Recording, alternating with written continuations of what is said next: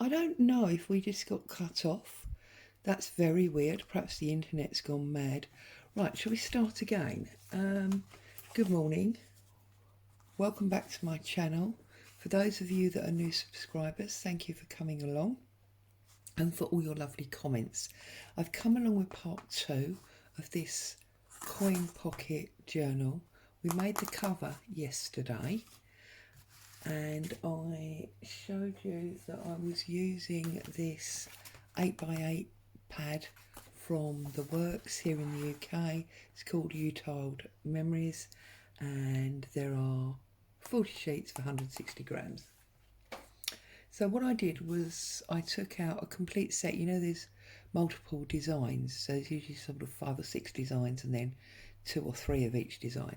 So I took a complete set of designs out and about half, and then I collected up papers from my stash and I cut them all into 8x8 squares, okay?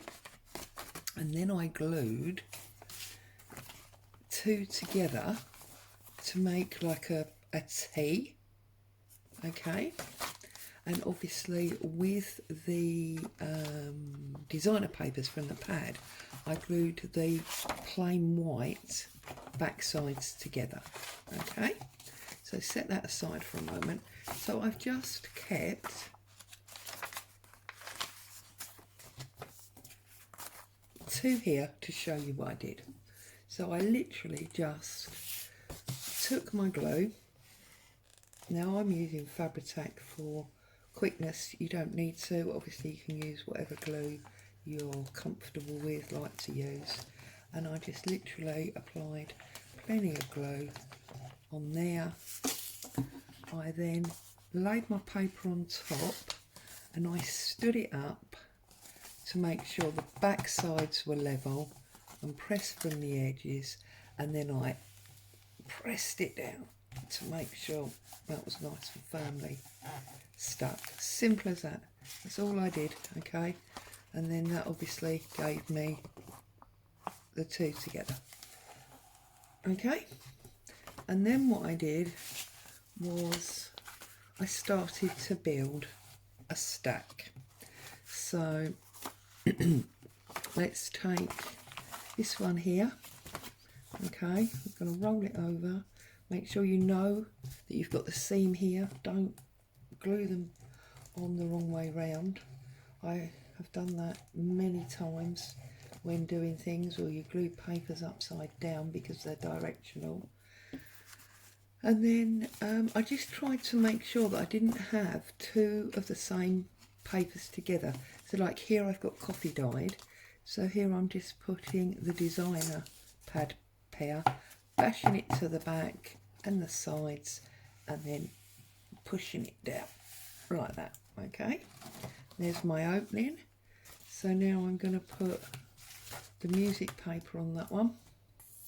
It does, obviously doing this, it does technically mean that you lose a page every time, or even 2 pages, because normally, you know, you would put your papers in together like that and you'd count each side, whereas this way obviously you're gluing 2 together, so you are losing some sides.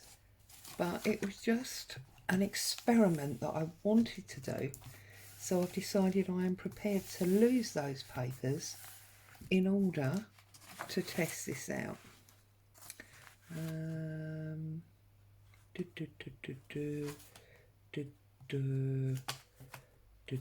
I'm just trying to think, because obviously here's my stack.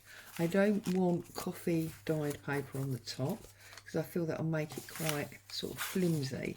So I'm going to put that one on the back.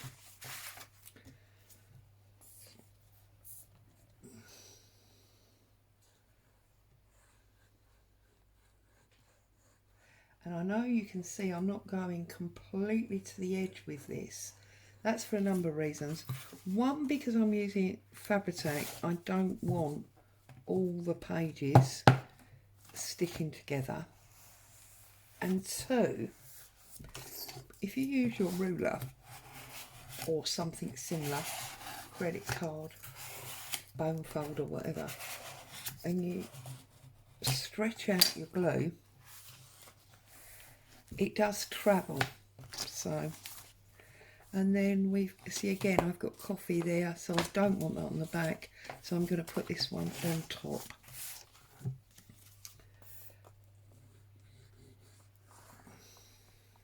I just think that the designer paper, or the paper pad paper, is just that little bit heavier, and therefore that's why I want that on the very front and very back, as it were, because I do think the very front and back are where most of the work is done by the book, because the front and back covers are obviously open and closed all the time. Right, now you see I've got an odd little bit there, so I'm just going to give him a trim. Where is it? It's this one here. So I'm just going to trim off that little bit of paper there. Okay, so you can see now we've got quite a pad or a spine. Okay, so if you want to learn how to do this properly, please go over and visit Nick the Booksmith, because as far as I'm concerned, when it comes to real bookbinding, she is the goddess of all goddesses. And I actually picked this up from watching her.